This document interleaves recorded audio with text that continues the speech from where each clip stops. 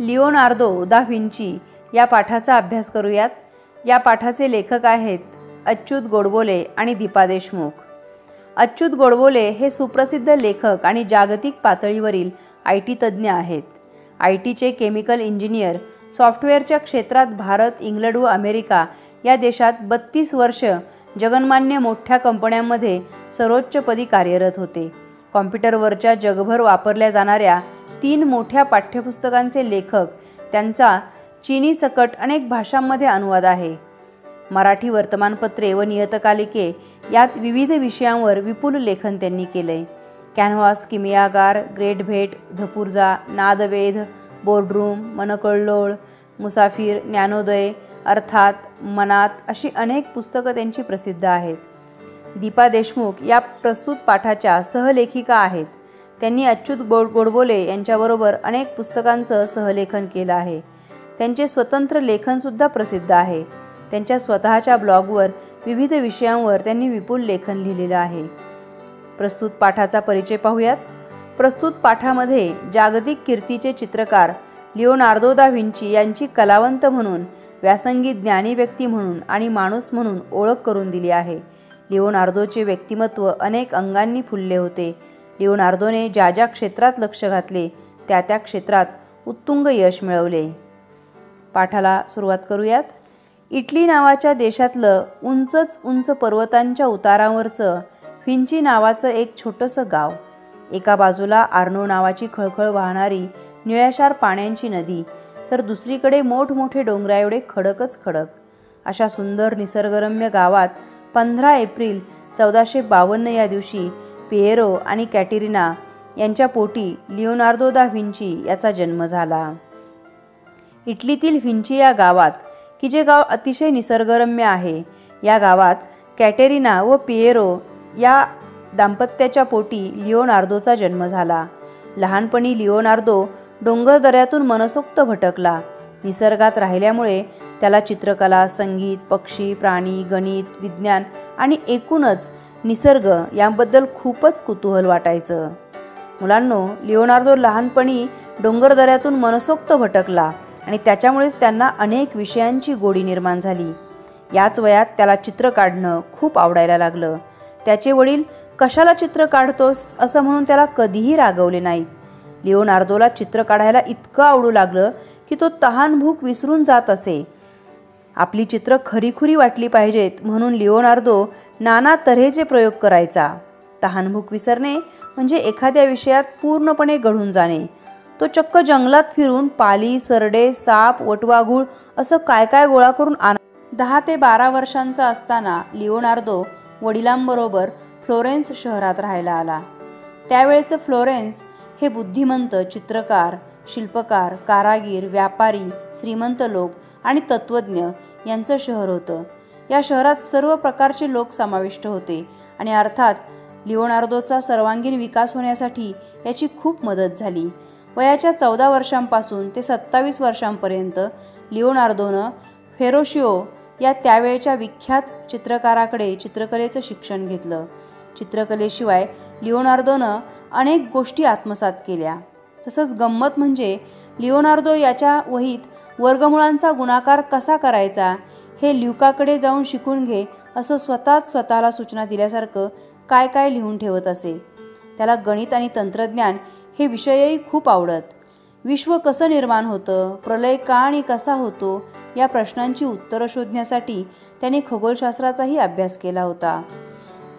फ्लॉरेन्समध्ये फेरोशिओ हा विख्यात चित्रकार राहत होता। लिओनार्दोने त्याच्याकडे 13-14 वर्ष चित्रकलेचं शिक्षण घेतलं। त्याचवेळी गणित व तंत्रज्ञान हे सुद्धा त्याच्या आवडीचे विषय होते। हे विश्व कसं निर्माण झालं, प्रलय का व कसा होतो यांसारखे गूढ व गुंतागुंतीचे प्रश्न त्याला पडू लागले। असा प्रश्नांच्या उत्तरांच्या शोधासाठी तो खगोलशास्त्राचा अभ्यासही करत होता। अँटोनिओ डेल पॉलिओलो हा शरीर रचनेचा अभ्यास करणारा आणि मृतदेहांचं विच्छेदन करणारा पहिला चित्रकार म्हणून ओळखला जातो। मृतदेहांचं विच्छेदन करणे म्हणजे मृतदेह कापून पूर्ण उघडून आतील सर्व अवयवांची शास्त्रीय तपासणी करणे। त्याच्या स्टुडिओत जाऊन लिओनार्दो शरीराची आणि स्नायूंच्या रचनेची माहिती करून घेत असे। चित्र काढताना प्रत्येक अवयवांचं प्रमाण आणि रचना यांच्या तो गणिती पद्धतीने नोंदी करून मगच त्यांची रेखाटनं करत असे. लिओनार्दो शिल्पकलेपेक्षा चित्रकलेला जास्त श्रेष्ठ दर्जाची कला मानत असे. शिल्पकला यांत्रिक असून मेंदूला कमी ताण देणारी असते. शिल्पकला दगडातला नको असलेला भाग काढत राहते, पण चित्रकार चित्रातल्या जागा हव्या असलेल्या गोष्टींनी भरत राहतो, असं त्यानं लिहून ठेवलं होतं. प्रत्येक गोष्टीच्या मुळाशी गेल्याशिवाय आणि ती गोष्ट नीट समजल्याशिवाय लिओनार्दो कामाला सुरुवातच करत नसे. प्रत्येक गोष्ट समजून घेतल्याशिवाय कामाला तो कधीच सुरुवात करायचा नाही. कल्पनाशक्ती ही विचाराच्या आधी येते आणि नंतर आकार येतात असंही त्याला वाटे. 1472 साली लिओनार्दोनं ख्रिश्चन कथेवर आधारलेलं ॲनन्सिएशन नावाचं पहिलं तैलचित्र काढलं. ॲनन्सिएशन म्हणजे जाहीर निवेदन. पवित्र मेरीला एके दिवशी देवदूत गॅब्रिएल येऊन भेटला आणि त्याने थोड्याच अवधीत देवाचा पुत्र येशू तुझ्या पोटी जन्माला येणार आहे असं सांगितलं. हा दिवस ख्रिश्चन लोक सण म्हणून पाळतात आणि या प्रसंगावर आधारित जे चित्र आहे त्याला ॲनन्सिएशन असं म्हणतात.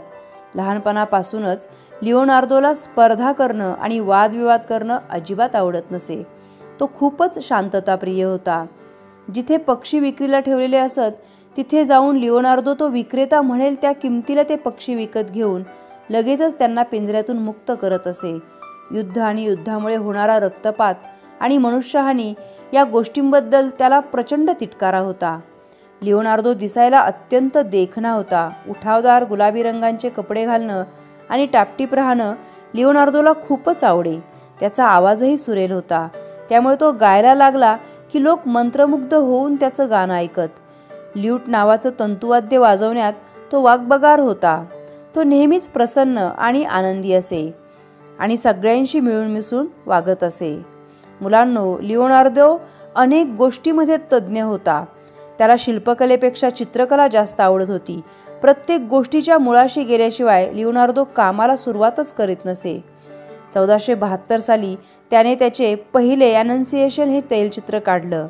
त्याला कधीही स्पर्धा करणं, वादविवाद करणं आवडत नव्हतं. तो फारच शांतताप्रिय होता. त्याला रक्तपाताचा तिटकारा होता. तो अतिशय देखणा होता. त्याचा आवाजही सुंदर होता. त्याला गायनाची उत्तम जाण होती. लिओनार्दोची सर्वोत्कृष्ट समजली जाणारी प्रचंड गाजलेली जगप्रसिद्ध कलाकृती म्हणजे मोनालिसाचं चित्र. 1503 ते 1505 अशी 3 वर्ष लिओनार्दो या चित्रावर काम करत होता. मोनालिसाच्या चेहऱ्यावरचं स्मित आजही भल्या भल्यांना कोड्यात टाकतं. फ्रान्सिस्को दी बार्टोलोमिओ डेल गियोकोंडो नावाच्या एका व्यापाऱ्याच्या मोनालिसा उर्फ मॅडोनालिसा नावाच्या 24 वर्षाच्या बायकोचं हे चित्र होतं. हे चित्र ला गियोकोंडा या नावानंही ओळखलं जातं. हे चित्र काढताना लिओनार्दोनं मोनालिसा हिला मॉडेल म्हणून बसून राहण्याचा कंटाळा येऊ नये म्हणून तिचं मन रमवण्यासाठी गायक वादकही ठेवले होते असं म्हणतात. आजही इतक्या वर्षानंतर मोनालिसाच्या डोळ्यातली ओलसर चमक आणि तेज अचंबित करणारं आहे. मोनालिसा हे चित्र आज पॅरिसच्या लूव्र संग्रहालयात आहे. लिओनार्दो दा व्हिंची कोण नव्हता? तो एकाच वेळी चित्रकार, शिल्पकार, वास्तुशास्त्रज्ञ, शरीरशास्त्रज्ञ, गणिती, वैज्ञानिक, संशोधक, लष्करी अभियंता, साहित्यिक, संगीतकार, नेपथ्यकार, लेखक, तंत्रज्ञ आणि तत्त्वज्ञ या सगळ्या भूमिका निभावणारा तो एक कलावंत होता. नेपथ्यकार म्हणजे नाटकामध्ये रंगमंचावर जे दृश्य पुढे करायचं असतं त्या दृश्याची रचना करणारा असाही होता. लिओनार्दोनं काढलेल्या Madonna on the Roxx, last सपर आणि मोनालिसा यांसारख्या मोजक्या चित्रांनी त्याचं नाव जगात अजरामर केलं. अजरामर केलं म्हणजे ज्याला कधीही म्हातारपण येत नाही आणि मृत्यू येत नाही. थोडक्यात त्याचं चित्र आजही गाजलेलं आहे. लिओनार्दोनं अनेक यंत्रही तयार केली, अनेकांचे आराखडे तयार केले आणि अनेक गोष्टींचे शोधही लावले. आज आपण जी हेलिकॉप्टर्स बघतो तशाच हेलिकॉप्टर्सची लिओनार्दोच्या नोंदवह्यात अनेक रेखाटनं आणि गणितं बघायला मिळतात. सायकल अस्तित्वात येण्यापूर्वी 300 वर्ष आधीच लिओनार्दोनं सायकलचा आराखडा तयार करून ठेवला होता. लिओनार्दोच्या नोंदवह्यांचा अभ्यास करून त्यातली तंत्र समजून घेण्याचे अभ्यासकांचे प्रयत्न आजही चालू आहेत. आपल्या आयुष्याच्या अंतापर्यंत लिओनार्दोनं वेगवेगळ्या विषयावर टिपणं करून ठेवली होती. त्यात प्रकाश विज्ञान, आवाज विज्ञान, मेकॅनिक्स, हायड्रोक्लिक्स, उड्डाण, खगोलशास्त्र, शस्त्रविज्ञान आणि शरीरविज्ञान यांच्याविषयीचं संशोधन करून विचार आणि इतर माहितीही त्यानं टिपली होती. 3,500 पानं होतील अशा त्याच्या 19 वह्या आजही उपलब्ध आहेत. 2 मे 1519 या दिवशी वयाच्या 67व्या वर्षी कला आणि विज्ञान या दोन्ही शाखेत संचार करणाऱ्या लिओनार्दोनं या जगाचा कायमचा निरोप घेतला. आपली चित्र, शिल्प, आपण बांधलेल्या इमारती, पूल तसंच आपलं संशोधन हे सारं जगासाठी तो आपल्यामागे ठेवून गेला. एकच माणूस एकाच वेळी अनेक क्षेत्रांमध्ये सर्वश्रेष्ठ कामगिरी कशी करू शकतो याचे सर्व जगाला थक्क करून सोडणारे मूर्तिमंत उदाहरण म्हणजे लिओनार्दो दा व्हिंची हे होय. त्यांनी केलेल्या अनेक गोष्टी संपूर्ण जगाला ललांभूत ठरल्या आहेत. ते एकाच वेळी चित्रकार, शिल्पकार, वास्तुशास्त्रज्ञ, शरीरशास्त्रज्ञ, गणिततज्ञ, वैज्ञानिक, संशोधक, लष्करी अभियंता, साहित्यिक, संगीतकार, नेपथ्यकार, तंत्रज्ञ, तत्त्वज्ञ असे सर्व काही होते.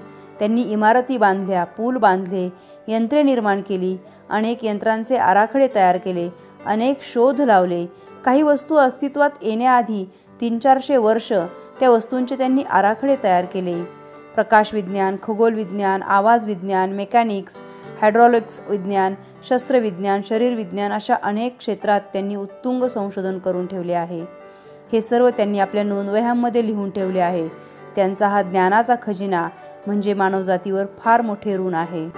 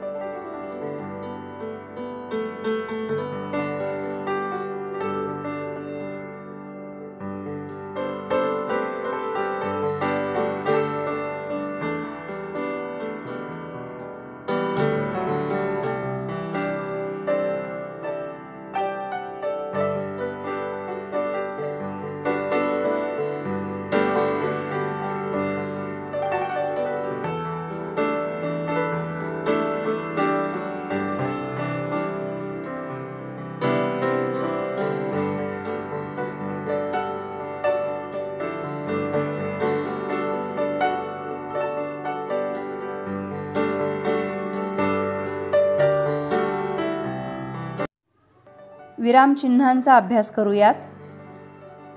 मुलांनो, आपण हा उतारा वाचणार आहोत. मीही वाचतीये आणि तुम्ही सुद्धा वाचा.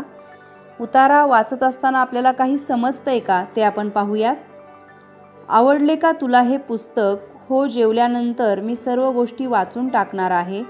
जयंत म्हणाला. वडील म्हणाले, रामायण कोणी लिहिले आहे का तुला ठाऊक? रामायणाचा लेखक हा अडाणी कोळी होता. पुढे तो मोठा ऋषी झाला. कोळी होता? जयंताने मध्येच विचारले. हो, वडील पुढे सांगू लागले. फार वर्षांपूर्वीची गोष्ट. मुलांनो, यात जयंत व त्याचे वडील यांचा संवाद दिला आहे.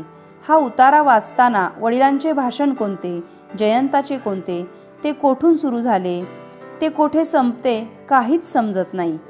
मनुष्य बोलत असला म्हणजे त्याच्या आवाजाच्या चढ उतारावरून त्याला काय म्हणायचे आहे ते समजते.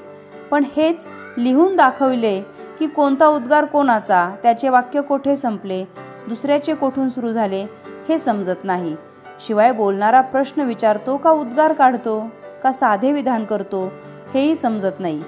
बोलणाऱ्याच्या मनातला आशय केवळ लिहून दाखविल्याने कळत नाही.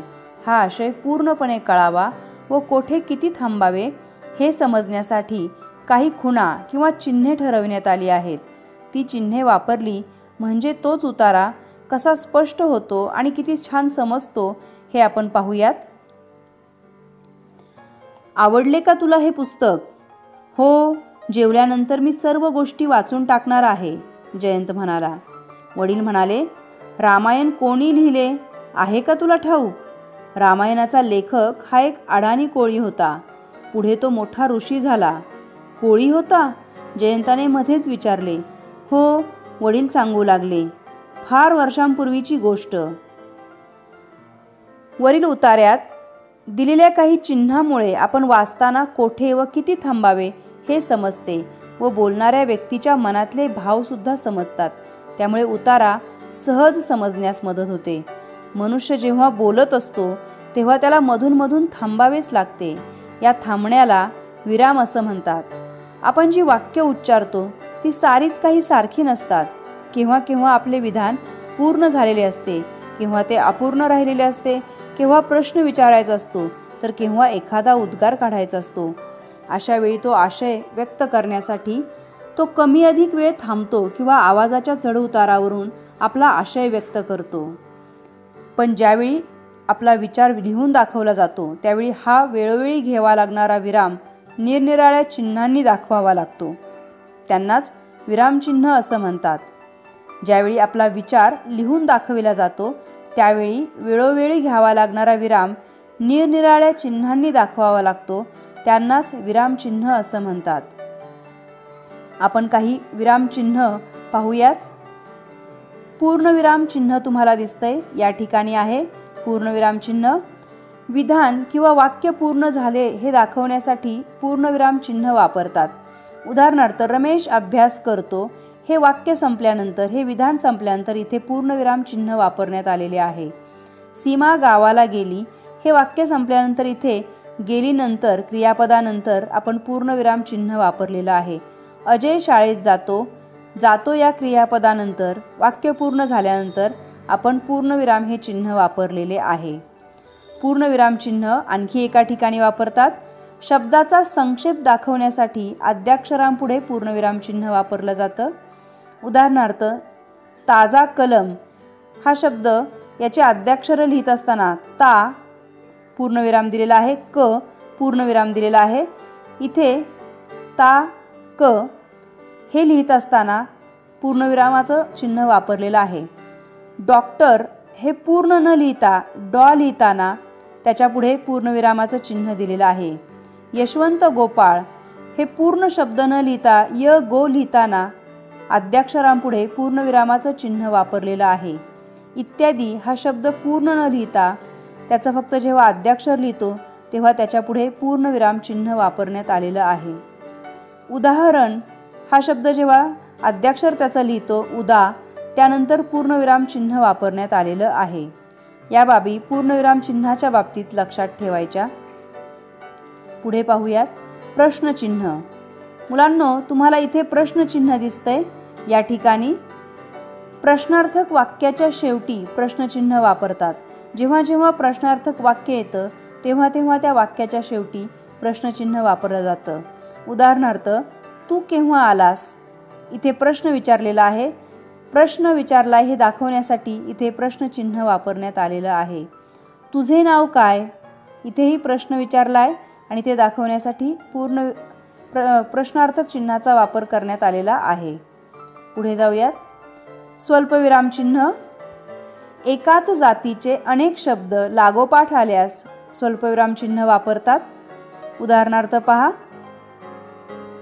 हुशार, अभ्यासू, खेळकर व आनंदी मुले सर्वांना आवडतात।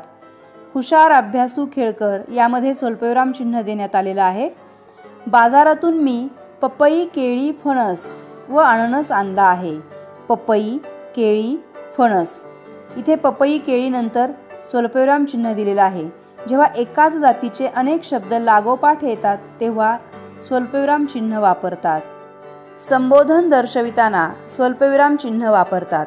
संबोधन म्हणजे हाक मारणे, कोणाला तरी बोलावणे, आवाज देणे, त्यावेळी स्वल्पविराम चिन्ह वापरतात। उदाहरणार्थ, मधु इकडे ये। मधुला इथे बोलावलेलं आहे आणि त्याच्यामुळे इथे स्वल्पविराम चिन्ह आपल्याला वापरलेलं दिसतंय या ठिकाणी। सुमन तिकडे जा। सुमन नंतर इथे स्वल्पविराम चिन्ह दिलेलं आहे। सुमन तिकडे जा। सुमन, मधु यांना बोलावलेलं आहे, हाक मारलेली आहे, त्याच्यामुळे त्यानंतर आपण स्वल्पविराम चिन्ह दिलेलं आहे। पुढे अवतरण चिन्ह पाहतोय आपण। याच्यामध्ये दुहेरी अवतरण चिन्ह आणि एकेरी अवतरण चिन्ह पाहणार आहोत। प्रथम दुहेरी अवतरण चिन्ह पाहूयात। बोलणाऱ्याच्या तोंडचे शब्द दाखविण्याकरता दुहेरी अवतरण चिन्ह वापरतात। उदाहरणार्थ, तो म्हणाला, मी येईन। तो जे काही म्हणाला ते म्हणालेलं दाखवण्यासाठी इथे आपल्याला दुहेरी अवतरण चिन्ह वापरलेलं दिसतंय। त्यानंतर दुसरं उदाहरण, विजय म्हणाला, मी शाळेत जाणार नाही। विजयच्या तोंडचं जे वाक्य आहे ते आपल्याला इथे दुहेरी अवतरण चिन्हामध्ये दिसतंय। पुढे पाहूयात एकेरी अवतरण चिन्ह। एखाद्या शब्दावर जोर द्यावयाचा असता एकेरी अवतरण चिन्ह वापरतात। उदाहरणार्थ, मूलभूत ध्वनींना वर्ण असे म्हणतात। आपण मूलभूत ध्वनींची व्याख्या सांगतो इथे। अशा वेळी एखाद्या शब्दावर जेव्हा जोर दिला जातो तेव्हा ते एकेरी अवतरण चिन्हामध्ये दाखवलं जातं। इथे वर्ण या शब्दाला एकेरी अवतरण चिन्ह देण्यात आलेलं आहे। दुसऱ्याचे मत अप्रत्यक्षपणे सांगतानाही एकेरी अवतरण चिन्ह वापरतात। अर्धविराम चिन्ह। दोन छोटी वाक्य उभयान्वयी अव्ययांनी जोडली असता अर्धविराम चिन्ह वापरतात। पहा, दोन छोटी वाक्य उभयान्वयी अव्ययांनी जोडली असता अर्धविराम चिन्ह वापरतात। उदाहरणार्थ, ढग खूप गरजत होते पण पाऊस पडला नाही। ढग खूप गरजत होते हे एक वाक्य आणि पाऊस पडला नाही हे एक वाक्य। ही दोन वाक्य पण या उभयान्वयी अव्ययांनी जोडलेली आहेत आणि त्यामुळे इथे अर्धविराम चिन्हाचा वापर करण्यात आलेला आहे। शेतकऱ्यांनी शेती नांगरली पण पाऊस पडलाच नाही। पुन्हा इथे दोन छोटी वाक्य उभयान्वयी अव्ययांनी जोडलेली आहेत आणि त्यामुळे पुन्हा इथे आपण अर्धविराम चिन्ह वापरलेलं आहे। पुढे जाऊयात। उद्गार चिन्ह। उत्कट भावना व्यक्त करताना ती दाखवणाऱ्या शब्दाच्या शेवटी उद्गार चिन्ह वापरतात। आता उदाहरणार्थ, अरे रे, ही आपली एक उत्कट भावना आहे। तो नापास झालाय हे वाईट वाटतंय आणि त्याच्यामुळे आपण अरे रे असं जेव्हा म्हणतो, असे उद्गारवाचक जेव्हा शब्द काढतो तेव्हा त्या शब्दानंतर उद्गारवाचक चिन्ह वापरतात। शाब्बास, छान खेळलास। छान खेळणं झालेलं आहे आणि त्याच्यामुळे शाब्बासकी दिलेली आहे। शाब्बास या उद्गारवाचक शब्दानंतर उद्गार चिन्ह देण्यात आलेलं आहे।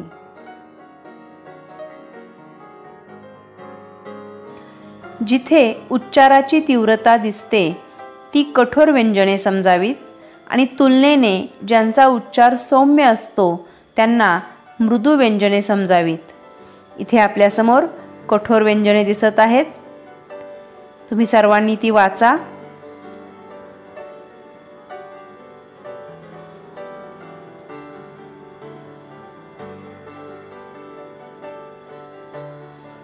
त्यानंतर आपल्यासमोर मृदू व्यंजने दिसत आहेत, तीही तुम्ही वाचा।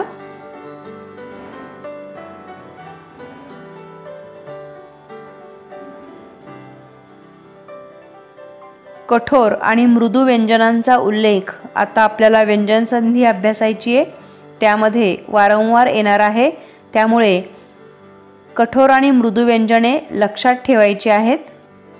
व्यंजन संधीचा अभ्यास करूयात. एकमेकांशेजारी येणाऱ्या वर्णांपैकी दोन्ही व्यंजने असतील किंवा पहिला वर्ण व्यंजन आणि दुसरा वर्ण स्वर असेल तर त्यास व्यंजन संधी असे म्हणतात. प्रथम व्यंजन संधी, तृतीय व्यंजन संधी, अनुनासिक संधी यांचा अभ्यास करूयात. प्रथम व्यंजन संधी. पहिल्या 5 वर्गांपैकी यामध्ये क, च, ट, त, प ही अक्षरे येतात. अनुनासिकांशिवाय कोणत्याही व्यंजनापुढे कठोर व्यंजन आल्यास त्या पहिल्या व्यंजनाच्या जागी त्याच्याच वर्गातील पहिले कठोर व्यंजन येऊन संधी होतो. आपण आता पहिला शब्द पाहूयात. विपत्काल. या शब्दाचा विग्रह विपत अधिक काल असा होतो. आपला नियम असा आहे, पहिल्या 5 वर्गांपैकी अनुनासिकाशिवाय कोणत्याही व्यंजनापुढे कठोर व्यंजन आल्यास, इथे कठोर व्यंजन आहे, अर्थात कठोर व्यंजन आल्यास त्या पहिल्या व्यंजनाच्या जागी त्याच्याच वर्गातील पहिले कठोर व्यंजन येऊन संधी होतो.